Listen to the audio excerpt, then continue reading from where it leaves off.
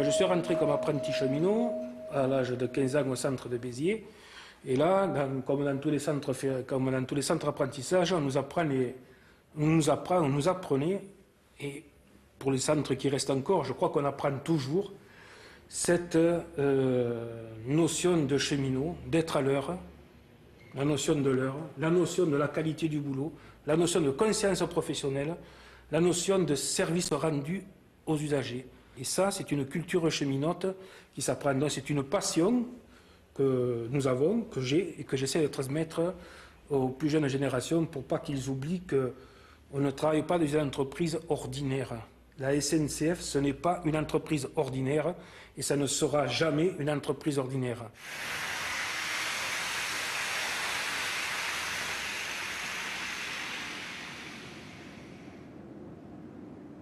Pendant près de 70 ans, la SNCF n'a pas été une entreprise comme les autres. Elle exerçait un monopole de services publics sur le territoire national. Cette période semble révolue depuis une décennie. Le réseau ferroviaire est amené par la volonté de l'Europe et de l'État français à s'ouvrir à la concurrence. Pourquoi une telle volonté de libéralisation et quelles conséquences pour l'avenir du rail et pour les usagers? C'est ce que nous avons cherché à comprendre en suivant l'Aubrac Express, ce train corail qui traverse le Massif central et relie Béziers à Paris via Clermont-Ferrand. Parmi les premières liaisons ferrées électrifiées en France, cette ligne à voie unique porte encore les vestiges d'un passé glorieux, comme le viaduc de Garabit, construit en 1880 par Gustave Eiffel. Elle se trouve aujourd'hui sous le coup d'une double menace: l'abandon programmé d'une partie de ses dessertes et la présence à ses côtés de l'autoroute A75, intégralement gratuite, excepté le passage du viaduc de Millau. Notre voyage commence à Bédarieux, premier arrêt après Béziers, en remontant vers Paris. Au début du siècle, avant même qu'il y ait cette marquise-là, on voyait un trafic ferroviaire intense. Quand les vendangeurs arrivaient pour aller faire les vendanges aux Pays-Bas, il y avait des kiosques, à journaux, des bureaux de tabac, grouillant de monde. Quand on a lancé cette voie de chemin de fer, elle ne passait pas là.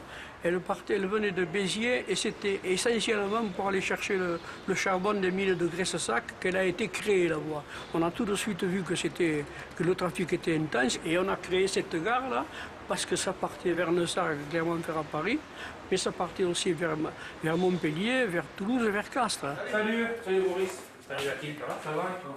Tu as vu Eric? Il t'a filé le compte rendu de la... Non, mais je l'étais en pleine vendage. Des trucs intéressants, ça. Ouais. Je t'appelle au sujet de la DIV que tu m'as passé là tout à l'heure. Il y a un train qui doit monter. Il n'était pas prévu.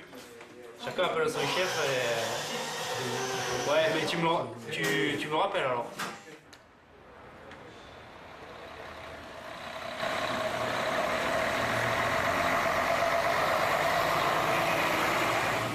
Je pense qu'il y a eu une sérieuse évolution, oui.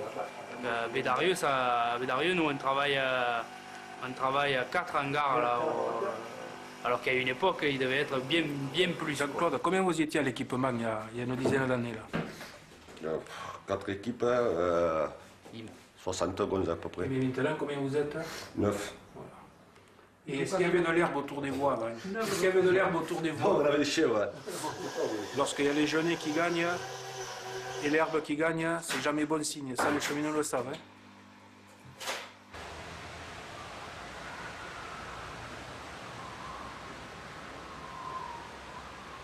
Qui numéro 2, le 13 940 au Brac à destination de Paris-Gare de Lyon va partir. Prenez garde à la fermeture automatique des portières. Attention au départ.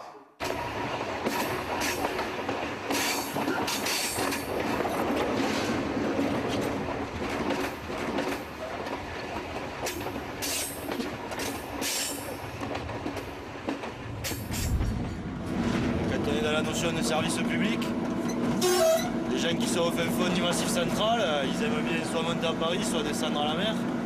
C'est vrai que pour l'instant, ils ont ça, quoi. Ils ont cette ligne qui leur permet de faire ce chemin en toute tranquillité, par tout temps aussi. Parce que comme je te parlais tout à l'heure, moins 19, moins 24, c'est courant sur cette ligne, des températures avec la neige. Et nous, ça circule tous les jours, hein. Ça passe, alors que des fois, tu peux avoir les autoroutes débloquées.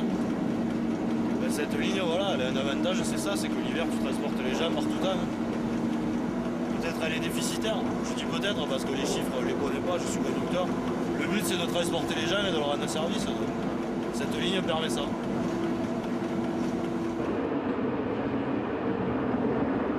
Il faut bien comprendre. Le chemin de fer est un système qui est pertinent pour le transport de masse. Malheureusement, sur la ligne Béziers-Neussargues, on n'est pas dans cette optique-là. On a un potentiel transportable qui est relativement faible. On a une autoroute gratuite qui a été construite tout le long. Donc à partir de là, on est vraiment dans le domaine de ce qu'on peut appeler le service public. C'est-à-dire qu'est-ce qu'on appelle service public? C'est qu'il appartient à la collectivité, aux collectivités en général, que ce soit l'État, que ce soit les régions, que ce soit les collectivités locales, de décider si cette infrastructure de transport est une infrastructure qui assure un service utile pour l'intérêt commun. Et à partir de là, si le coût de ce service est supportable par la collectivité. La spécificité du réseau français, c'est qu'on a plusieurs milliers de kilomètres de lignes qui sont parcourus par très très peu de trains, c'est-à-dire moins de 5 trains par jour. Et qu'il faut peut-être aussi, ça ne doit pas être tabou, se poser la question, encore une fois, sur ces lignes qui sont des lignes de service public, de l'intérêt pour la collectivité de garder ces infrastructures. La question, il faudra qu'elle se pose.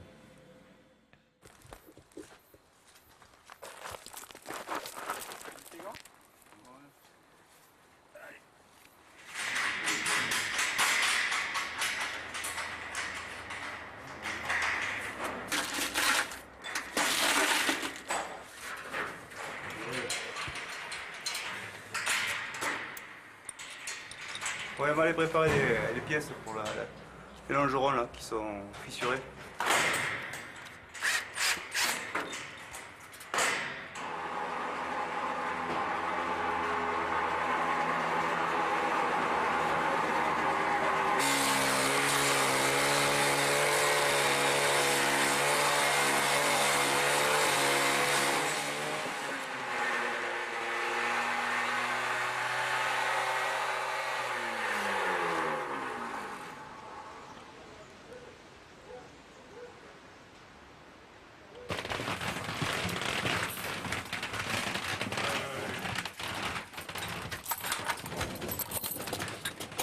Hein?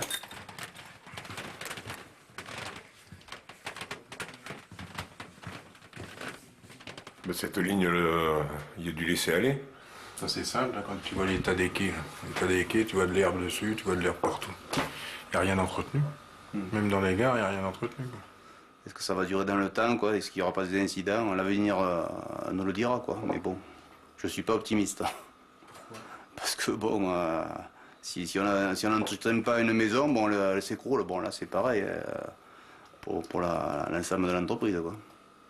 À partir du moment où on a accepté de scinder l'entreprise en deux, RFF et SNCF, bon, quelque part, bon, c'est un peu la mort du chemin de fer, quoi, et des cheminots comme on l'a connu, quoi, nous les anciens, quoi. Les conditions dans lesquelles RFF est né étaient à l'origine principalement liées justement au poids de la dette que devait supporter la SNCF. Cette dette résultait de la mise en œuvre d'infrastructures nouvelles très importantes, les lignes nouvelles à grande vitesse, la ligne nouvelle numéro 1 qui va de Paris à Lyon, mais aussi celle qui va vers l'Atlantique, et donc qui avait amené la SNCF dans une situation financière qui était difficile. Donc la création de RFF a permis de soulager la SNCF du poids de cette dette qu'on a qualifiée d'historique. À ceci, il est intervenu un autre élément important, c'est que pour se mettre en conformité avec la réglementation européenne, il était nécessaire de séparer les fonctions d'entreprise ferroviaire, qui est donc l'entreprise qui fait circuler les trains, qui a l'exploitation commerciale de la circulation des trains, de la partie qui gère l'infrastructure. Et donc cette fonction de gestionnaire d'infrastructure a été tout naturellement confiée à RFF, mais ce qui n'a pas été fait, c'est de rattacher à RFF l'ensemble des équipes qui, sur le terrain, participent à l'entretien et à la gestion de ce réseau. Donc ces équipes travaillent toujours dans le cadre de la SNCF, mais sous la conduite du Réseau ferré de France. L'établissement public Réseau ferré de France, ou RFF, est donc devenu depuis 1997 le propriétaire des voies, des quais, des gares, des ponts et des tunnels. Et la SNCF doit payer à RFF un droit de passage pour faire circuler sur le réseau la totalité de ses trains.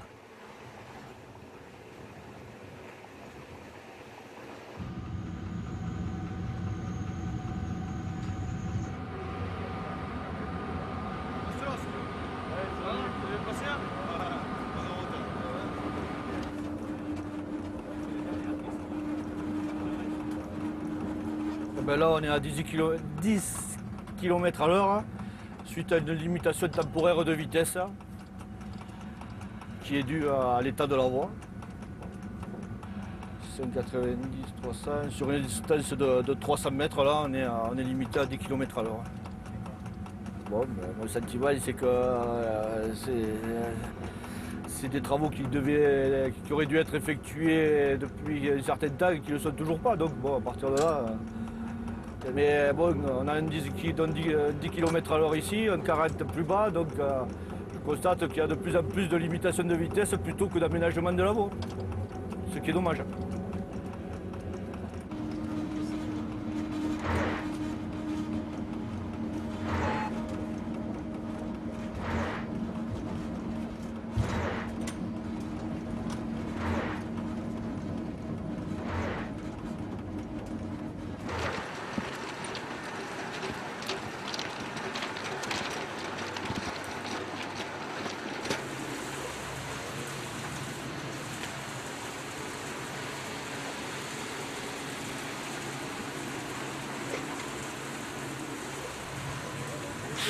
Il est bien, il te faut enlever un peu de cadrage parce que regarde par rapport à l'autre et à celui-là, il est plus fermé celui-là.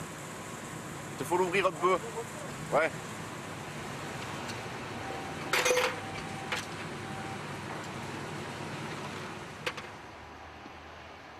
Concrètement, toutes les installations ont été retirées de la SNCF, plus rien n'appartient à la SNCF.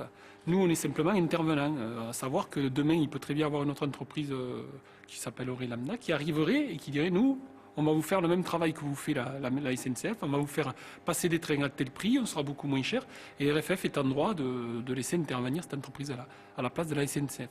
Mais ramener au caténaire, c'est un changement fondamental, parce que, disons qu'il y a 10 ans, on était décideur de la politique de maintenance qu'on allait appliquer sur la ligne, par exemple, pour rester local ici. Aujourd'hui, ce n'est plus le cas. Par exemple, si, comme ce matin, on a relevé 1 kilomètre de fil à remplacer, ben, si RFF décide de ne pas remplacer ce kilomètre de fil, ne nous donne pas l'argent, ne nous dote pas du montant nécessaire, on ne remplacera pas le fil. Le risque, c'est que les trains prennent du retard, et puis les ralentissements s'engendrent, et puis, bon, je sais plus, on en est à 1000 et quelques kilomètres de ralentissement, quoi. On a supprimé quand même, il faut savoir qu'il y avait 19 arrêts entre Millau et Béziers, on mettait 1h30, maintenant il n'y a plus que 4 arrêts, et on met 2 heures. Alors en quelque part, je ne vous fais pas de dessin, quoi, hein. 22h hier soir, le train Paris-Montluçon déraille à hauteur de Nozières dans le Cher. C'est la voiture de tête située juste derrière la locomotive qui a quitté la voie. Lancé à 110 km/h, le train stoppe sa course 1 km plus loin. Petit miracle, il ne s'est pas renversé. 3 jours après le déraillement du train qui assurait la liaison Paris-Montluçon, une question reste sur toutes les lèvres. Un tel incident peut-il de nouveau se produire?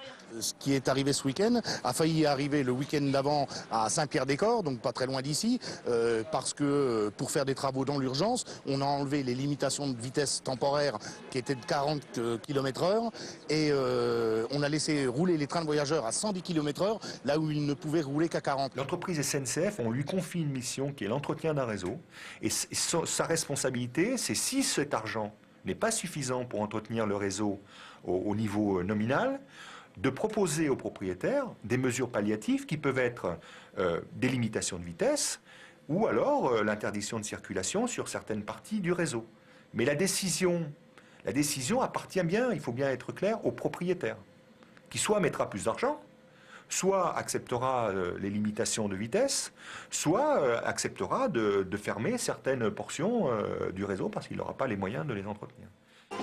La ligne Béziers-Clermont n'aurait donc plus beaucoup d'avenir devant elle. Pourtant, une association ne l'entend pas de cette oreille et se bat depuis 1995 pour la survie de cette ligne. Qui a été la locomotive de la bataille autour de la ligne Béziers-de-Sargues-Paris? Ma réponse est très simple. Le comité pluraliste. Et le comité pluraliste, il comporte indiscutablement des élus avec des couleurs politiques. Mais il comporte aussi ces centaines de personnes qui, depuis le début, se déplacent à leurs frais, durement, pour aller défendre la modernisation de la ligne aux quatre coins de ce pays. Et ça, rien ni personne ne pourra nous le faire oublier. Si on fait un premier bilan de 10 ans, on s'est battu contre les fermetures des 6000 km de lignes de voie ferrée. Parce que le copain cheminot disait que sur 2,5 km entre Loubarès et Talisat, il y a 3 points où normalement il faudrait interdire la circulation des trains. Souvent, on nous a dit, vous êtes tout le temps contre, mais qu'est-ce que vous proposez?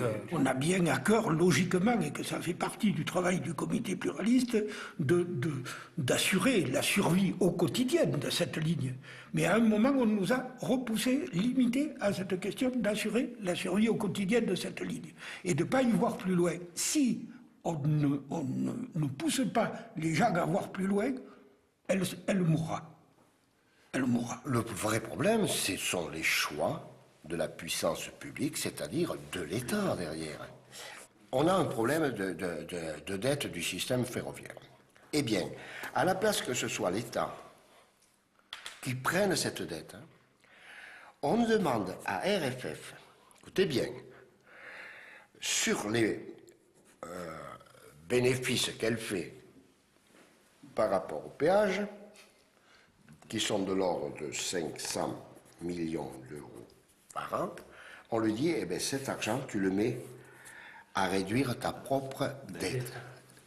C'est pas la dette de l'entreprise RFF, c'est la dette qu'on lui a donnée quand on a créé l'entreprise. Eh bien, regardez bien, avec ces 500 millions, tu as le rapport. Donc, celui que tu m'as montré là. Là. Eh bien, c'est ce qui manque. C'est ce qui manque chaque année. Chaque année pour l'entretien courant. Pour l'entretien et la régénération. Ce rapport, commandé à des experts suisses, tire le signal d'alarme. Il constate un vieillissement très important du réseau ferré français, pointe sa mauvaise gestion par la SNCF et par RFF, et préconise un investissement de 10 milliards d'euros sur 10 ans pour le sortir de sa dégradation. En effet, RFF, qui proteste de son manque de moyens pour assurer la maintenance de toutes les lignes, a préféré se concentrer sur les liaisons les plus fréquentées et développe ainsi une stratégie de rentabilité autour des lignes à grande vitesse.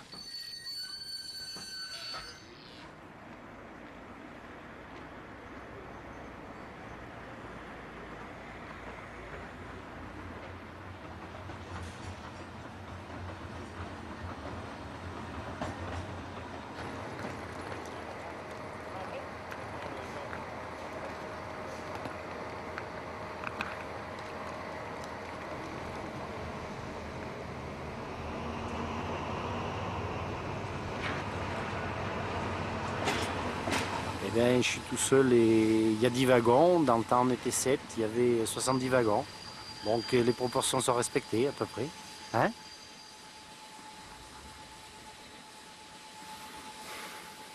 Ce qui sera mauvais, c'est 0 wagon et sans doute 0 agent. Changement à Clermont, 12h05 à Paris, 8h26. Changement à Clermont, 13h59 à Paris-Gare de Lyon. 8h, s'il vous plaît. La ligne a pas mal de ralentissements. Imaginez, les week-ends sont bien tronqués, hein.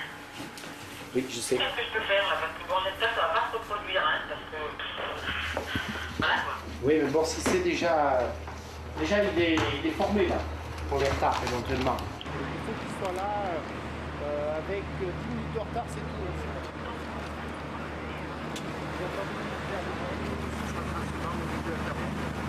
Au revoir.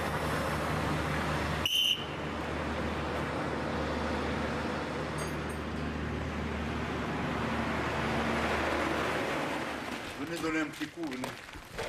Toi, tu donneras le départ. Ah oui. S'il vous plaît. C'est la région. Ça, c'est la région. Lequel?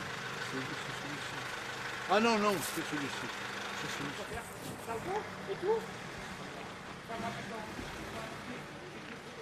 Le problème, c'est que j'ai débuté à Paris, j'ai vu beaucoup de trains, beaucoup de voyageurs. Et j'ai été muté ici il y a 16 ans sur ma demande. J'ai l'impression que depuis que je suis arrivé, ça baisse beaucoup. Je ne sais pas si c'est de ma faute, mais... Et là, on est à un stade un peu critique, me semble-t-il. On vend beaucoup d'allées, on vend très peu de retours. Mais le Cantal, même les vaches, il n'y en aura plus dans quelques temps.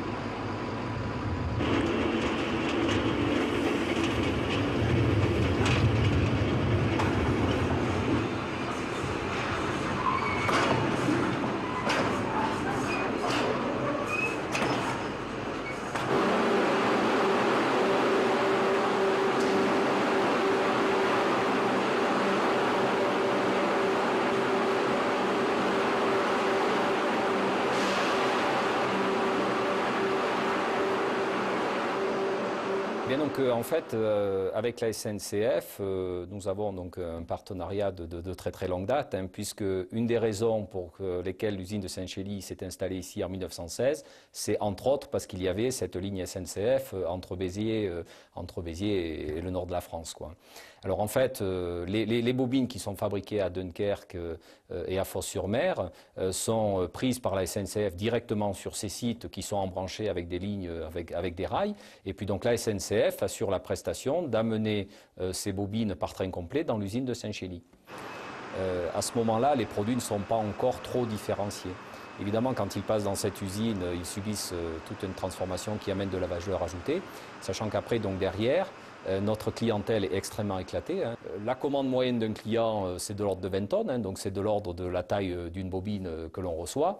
Et donc, bien évidemment, pour des raisons de service, pour des raisons de délai court et pour des raisons aussi économiques, puisque sur des petits lots, il s'avère que le transport routier est économique, ce qui n'est pas le cas sur des gros volumes de fret, hein. Donc pour toutes ces bonnes raisons, donc on a été amené à choisir le transport routier. Donc pour cela, en fait, on a 9 entreprises, dont 3 locales, et nous faisons à peu près 5000 camions par an.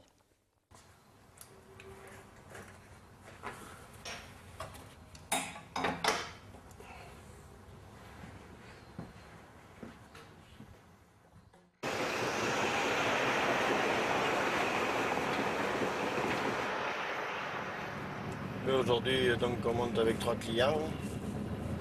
On commence à Orléans, puis après au nord de Bruxelles, puis après à Anvers. C'est-à-dire 10 heures de route aujourd'hui, je vais faire. Si ça marche à peu près, parce qu'il faut traverser Paris. Mais je pense qu'il n'y aura pas de problème, on va arriver quand même avant 4-5 heures, ça devrait aller, je pense.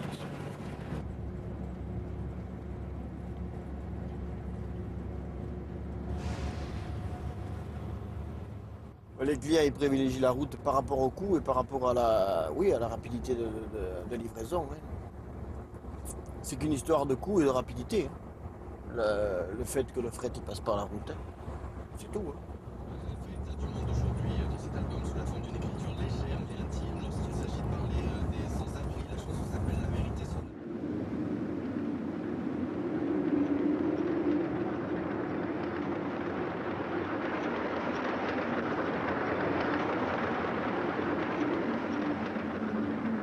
La question que je me suis toujours posée, c'est pourquoi on construisait les autoroutes le long des voies ferrées.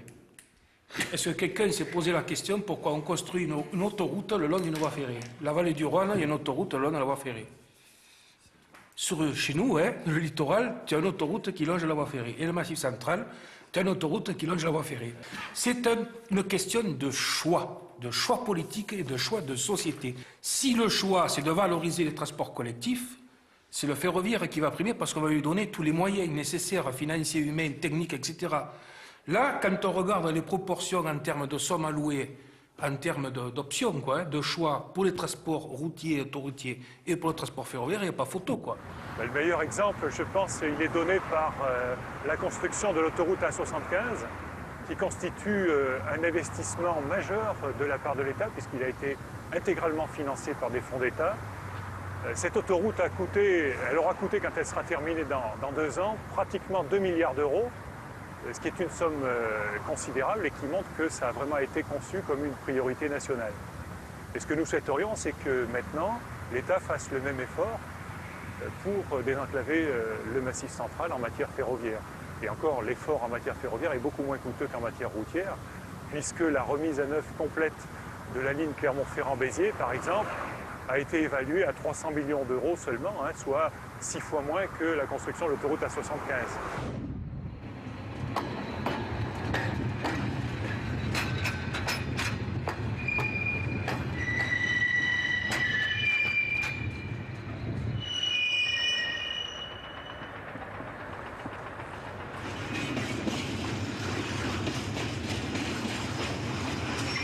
Et on a pas mal de voies qui arrivent en bout de souffle. Comme nous au triage, sur les 32, on n'en a plus que... il y en a moins 8 il y en a un quart qui est inutilisable. Donc on s'aperçoit qu'il y a beaucoup de petites structures qui travaillent plus avec nous parce que les installations sont plus aux normes, quoi. L'exemple simple, c'est les eaux de Volvic ou les eaux du Mont d'Or. Bon, on veut les supprimer parce que les voies ne sont pas entretenues et bientôt on ne pourra plus circuler avec les trains. Donc, ce qui fait que si on avait autant de travail qu'il y a 15 ans, on serait incapable de le faire parce qu'on n'a pas les installations pour le faire. En gros, c'est ça.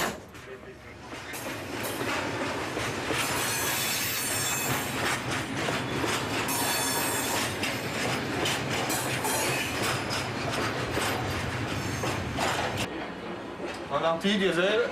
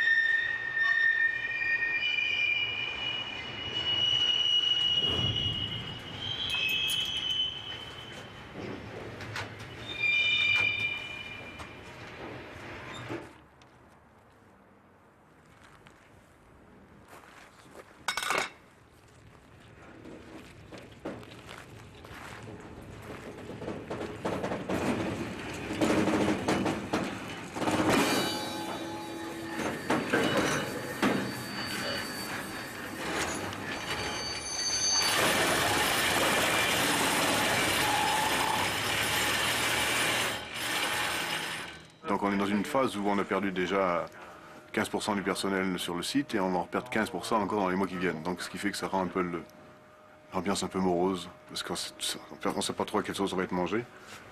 La grosse crainte, c'est ça, perdre son travail, donc de ne pas se sentir utile. Quand on vous supprime le travail, on a l'impression de ne plus servir à rien, quoi. Donc c'est ça, je crois, la crainte de beaucoup de gens. Pas savoir ce qui va nous arriver dans les 2-3 ans qui arrivent. Parce qu'on nous supprime notre travail, donc on nous supprime nos postes. On a l'avantage d'être à la SNCF, c'est-à-dire de ne pas être viré, comme ils le disent souvent. Mais on peut être déplacé. Donc ça induit un changement de vie familiale, beaucoup de choses, beaucoup de craintes.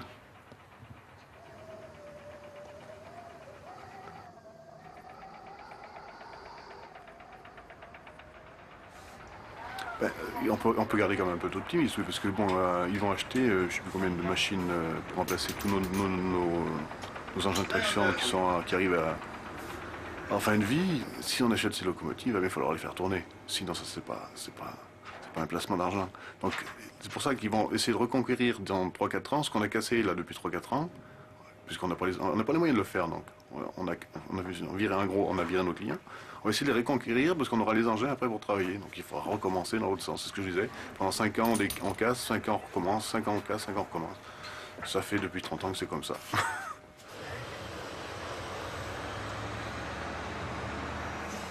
Il y a eu des demandes, en particulier au niveau de la communauté européenne, de clarifier les choses, c'est-à-dire de savoir d'où venait l'argent et où il allait. Donc ça a imposé à la SNCF de se restructurer pour identifier donc les différentes activités. Et donc c'est ainsi qu'on a une SNCF qui est structurée en 4 branches principales d'activités. On y retrouve dans ce qu'on appelle VFE, Voyage France-Europe, qui est une activité purement commerciale, qui gère les TGV et ce qu'on appelle les trains Théose, et pour lesquels donc c'est donc une activité commerciale donc sur lesquelles on doit gagner de l'argent, c'est assis du business. On a l'activité fret, qui est également une activité commerciale, qui rencontre actuellement des difficultés, qui est dans une restructuration lourde pour pouvoir s'adapter au marché, d'autant plus qu'une partie de ces activités au niveau international vient d'être ouverte à la concurrence. Et ensuite, on a 2 branches d'activité qui sont le transport public, qui regroupe en particulier tous les transports régionaux, et qui est là donc une activité de service public, au sens où on assure dans cette activité des missions de service public. Sachant qu'une mission de service public, au sens où la SNCF l'entend, elle doit être compensée dans son manque à gagner par l'autorité organisatrice qui en fait la demande. Et enfin, une dernière branche qui est l'activité infrastructure, qui elle travaille pour Réseau Ferré de France, pour l'entretien et pour aussi les investissements sur les installations du réseau ferré.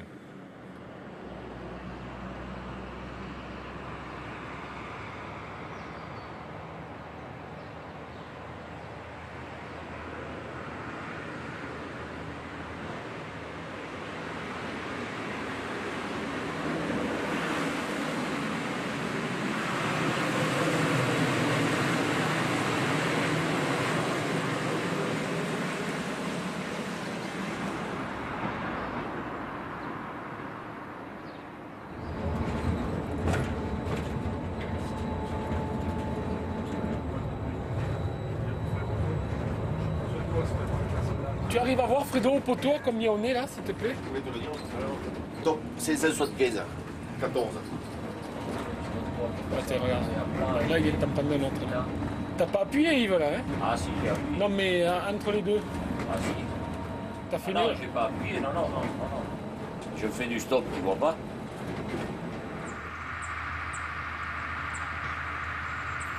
Pour donner un exemple concret sur la gestion par activité, c'est par exemple, la voie a un métier spécifique qui s'occupe des rails. Nous, on a un métier spécifique, on s'occupe de la caténaire, des coupures de courant, enfin pour les travaux et tout ça. Donc on peut prendre l'exemple, la semaine dernière, il y avait un chantier. La voie avait besoin d'un agent caténaire pour donner les coupures de jus, parce qu'il travaillait avec des pelles mécaniques sur la voie, donc pour éviter des électrocutions ou des problèmes avec du personnel. Donc on a envoyé Cédric pour faire ces travaux, pour leur couper le jus, les mettre en protection.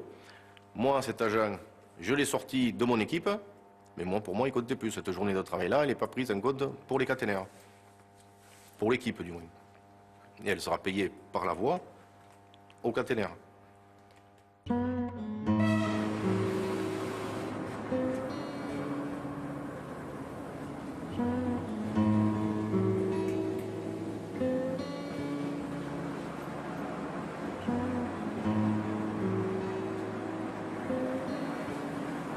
Et à l'époque, il y avait une solidarité entre services qui était quand même assez exceptionnelle. Être cheminot, c'était quelque chose. C'était quelque chose.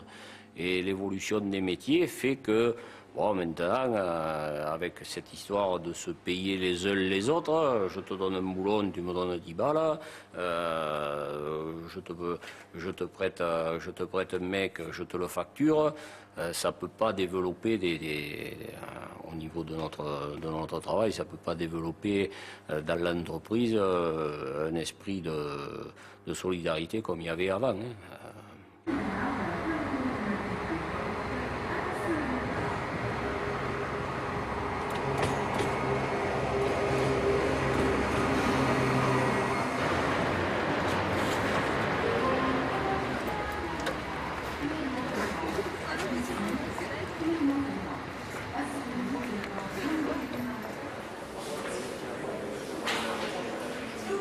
Alors le total, 115 € donc.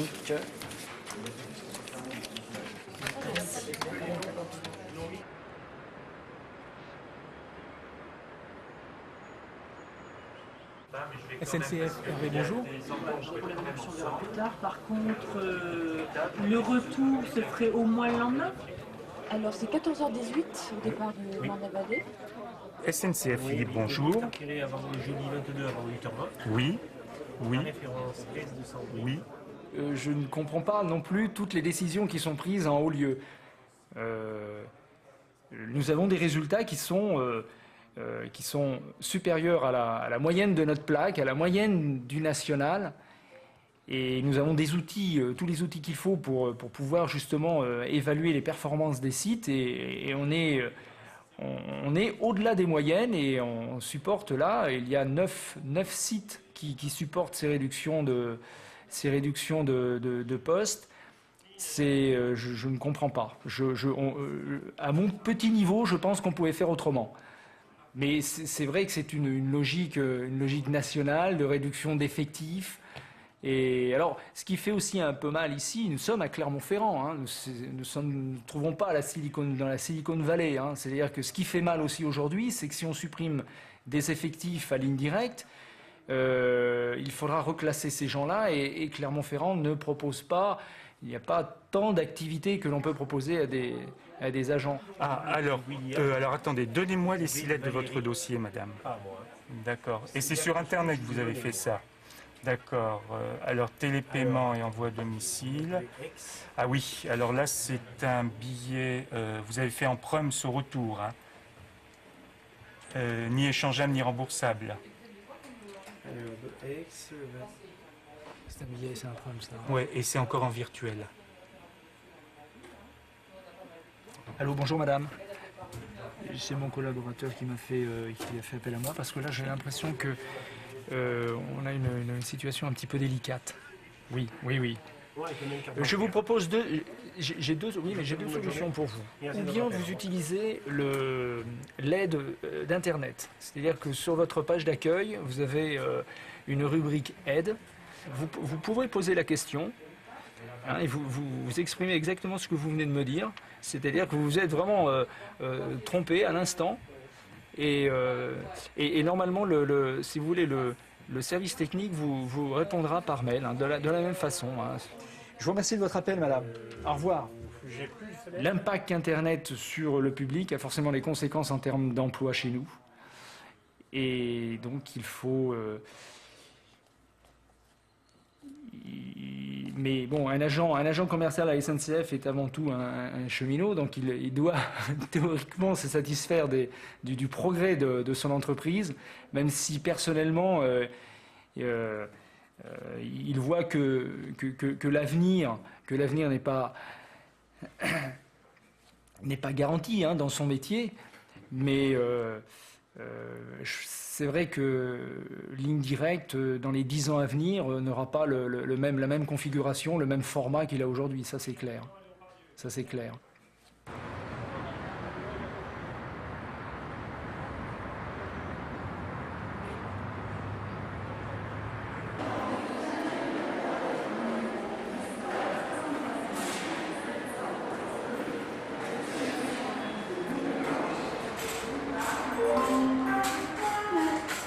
Le corail Théos, numéro 5980, à destination de Paris-Gare de Lyon, départ 10h19, partira... Il n'y a pas de volonté de fermer la ligne.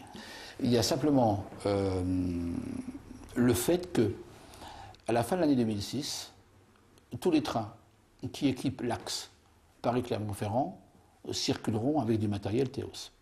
Il a toujours été dit, et d'ailleurs à nos partenaires également, que lorsque les rames Théo équiperaient entièrement la ligne Paris-Clermont-Ferrand, on ne pourrait plus continuer sur le sud de Clermont-Ferrand avec ce même matériel. Pourquoi?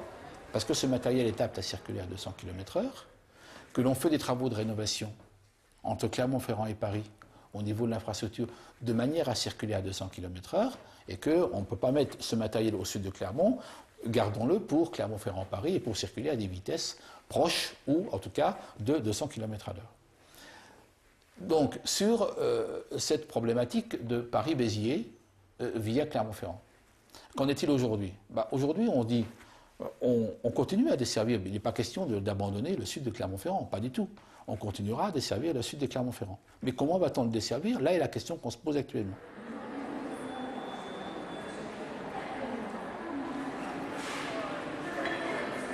Alors il est très clair que la SNCF aujourd'hui souhaite se reconcentrer sur son réseau TGV et quelques très rares liaisons corail qui assurent la couverture de leurs dépenses par les recettes. Et toutes les autres liaisons, elle aimerait bien pouvoir s'en défaire et donc les confier aux conseils régionaux si ceux-ci peuvent et veulent s'en saisir. Il est possible que les régions se saisissent de ce domaine car elles sont motivées pour le faire, elles veulent rendre service à leurs administrés. Par contre, il est absolument indispensable qu'elles bénéficient des moyens financiers pour pouvoir assumer cette charge. Et ces moyens financiers, ils peuvent provenir du fonds de péréquation, donc entre les liaisons rentables et celles qui le sont moins, et qui seraient prélevées sur, par exemple, les liaisons TGV. Péréquation, ça veut dire d'un côté, j'ai des activités qui me rapportent de l'argent, et de l'autre, des activités déficitaires, et je couvre le déficit par le gain que je peux avoir sur d'autres lignes. La péréquation, elle ne peut s'envisager que dans un système qui est un peu un système soit de monopole, ce qui est le cas de la SNCF actuellement. C'est-à-dire que la SNCF, pour l'instant, au niveau national, aux voyageurs, elle a le monopole. Par contre, si on est dans un système qui se profile à l'horizon, d'ouverture à la concurrence complète des voyageurs, on sait très bien que les opérateurs qui vont arriver, ils vont chercher à prendre les créneaux les plus rentables, c'est-à-dire du TGV Paris-Lyon dans les meilleurs créneaux horaires, etc. Parce que c'est là où ils vont gagner de l'argent. Dans une situation qui serait celle-là, la SNCF ne pourrait plus assumer les lignes déficitaires. Si toutes les lignes, je veux dire, dites rentables, où on peut gagner de l'argent, elles sont mises en concurrence et où les concurrents vont se battre pour les prendre, la SNCF, si elle a à côté des lignes déficitaires où elle ne peut pas équilibrer ses comptes, elle va perdre tous ses marchés. Donc dans ce cas-là, on peut plus parler de péréquation. Au niveau SNCF et au niveau RFF, je pense que ils ont clairement affiché leur volonté. Tout ce qui ne sera pas Théos et qui ne sera pas TGV, c'est fini. C'est fini. Petit à petit, ce que l'on appelait le service public avec tout ce que ça veut dire au niveau d'une nation comme la nôtre, ils cherchent à le faire voler en éclats sous prétexte de rentabilité. Il faut que ce soit rentable. Et puis quand on parle de rentabilité, c'est vrai qu'ici, dans la région, par rapport à la densité de la population, on ne peut pas avoir autant de voyageurs comme qu'une ville comme Montpellier ou Narbonne. On fait tous les grands centres. Nous, les territoires sont tellement éclatés que pour qu'on puisse continuer à vivre dans nos régions, il faut qu'on ait des bureaux de poste, il faut qu'on ait des trésors publics, il faut qu'on ait des trains, il faut qu'on ait des cars aussi, il faut qu'on ait un minimum pour pouvoir continuer à vivre dans nos coins. Sinon on déménage le territoire. Ce n'est plus de l'aménagement du territoire, c'est du déménagement de territoire. Et c'est ce qu'on veut faire.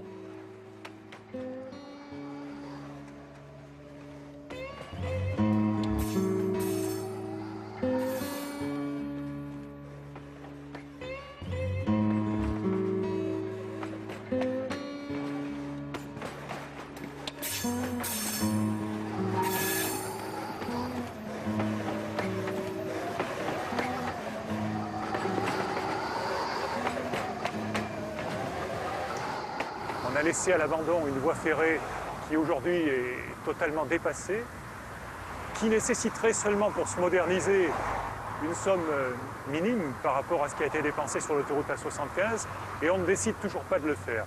Alors qu'on sait qu'avec 300 millions, on serait capable de faire passer 60 à 80 trains de fret par jour, c'est-à-dire un potentiel de 4 millions de tonnes de fret qui pourraient transiter par cet axe. C'est l'équivalent d'1 million de camions. Et encore faut-il le décider.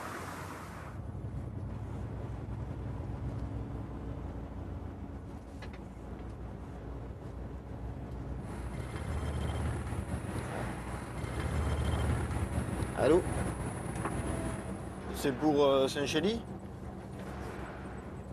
Déjà, tout dépend où c'est à charger. Eh bien, je peux peut-être le prendre ce soir, alors. Ok. Allez, à plus.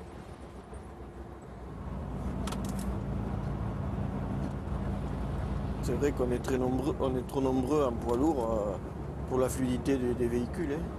Parce que c'est vrai que tous ces pays qui sont appelés à se développer, automatiquement, il va y avoir l'échange de marchandises. Et de plus en plus. Tu as vu l'autoroute du Nord, hein, il y a déjà pas mal de véhicules. Et encore là, c'était des jours calmes. Hein. Est-ce qu'il va falloir rallonger les semis, en mettre plus sur une semis? Je sais pas. C'est que ça va pas être évident, hein, tout ça. L'explosion des échanges engendrés par la mondialisation, la croissance exponentielle de la pollution, la flambée récurrente du prix du pétrole constituent autant de défis dans les prochaines années pour le secteur du transport. On est reparti actuellement sur à nouveau le tout routier. Je vous le dis comme je ressens. Tu prends les Pyrénées.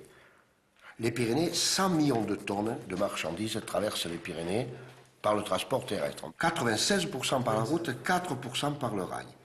Ce qui est prévu d'ici une quinzaine d'années, c'est pas 100 millions, c'est 200 millions de tonnes. Si je reste avec ça, eh bien, je passe plus. Je ne passe plus. Il faut arrêter cette hypertrophie du développement des camions au détriment de l'équilibre avec les autres modes. Et si tu ne fais pas du ferroutage, si tu ne fais pas sur le rail, si tu ne mets pas de la marchandise sur le rail, ça, dans 10 ans, 15 ans, on est bloqué, sauf à faire à côté des autoroutes, de nouvelles autoroutes, à côté des nouvelles, encore des autoroutes. Actuellement, la seule référence européenne, c'est qu'il vous faut libéraliser, comme ça il y aura davantage de trafic. C'est le seul message qu'ils font passer.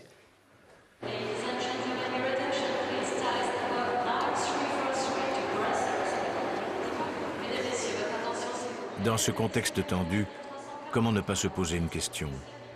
Quelle est la place que l'Europe compte garantir au transport ferroviaire?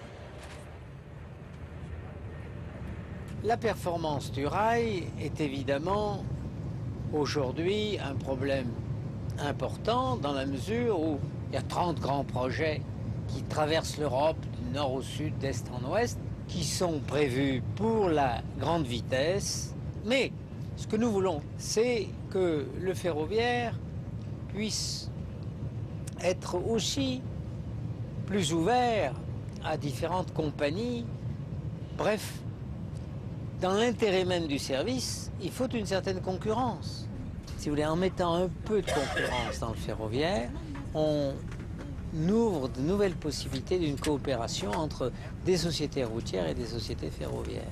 Et c'est ça l'avenir, car vous verrez, quand tout le monde arrivera à bien s'entendre, nous serons beaucoup plus compétitifs parce que le transport des marchandises sera moins cher et sera beaucoup plus respectueux de l'environnement. En tout cas, ce que je sais, c'est que si l'Union européenne n'avait pas mis tout ce dispositif ferroviaire en marche, ouverture à la concurrence, stimulation des investissements, alors là, nos cheminots, ils peuvent se dire que leur travail progressivement se réduirait. Alors que, grâce à tout ce que nous faisons, le ferroviaire va reprendre de la place, va reprendre des parts de marché, aussi bien pour le fret que pour les passagers. Et regardez la grande vitesse, parce que c'est un service tout à fait intéressant. Ben, aujourd'hui, les Français préfèrent faire des trajets à grande vitesse plutôt que de prendre l'avion ou de prendre leur voiture. Nous sommes là, vraiment, dans une politique européenne en faveur du chemin de fer. Je ne le dirai jamais assez. Et si j'avais des amis cheminots devant moi, je leur dirais, mais saisissez la chance. Mesdames et messieurs, 21 changement de vote, à la station de Chambre-Ancienne. D'habitude, ils offrent un petit chocolat avant la fin du voyage.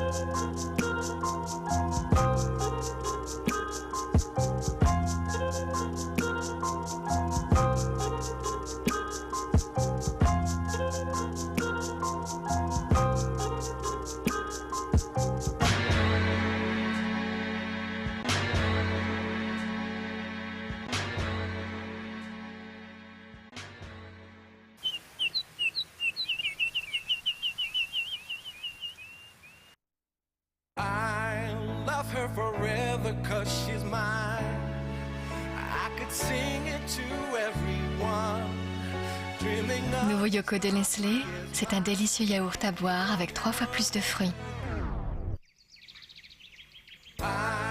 Ceux qui préfèrent les fruits prennent Yoko.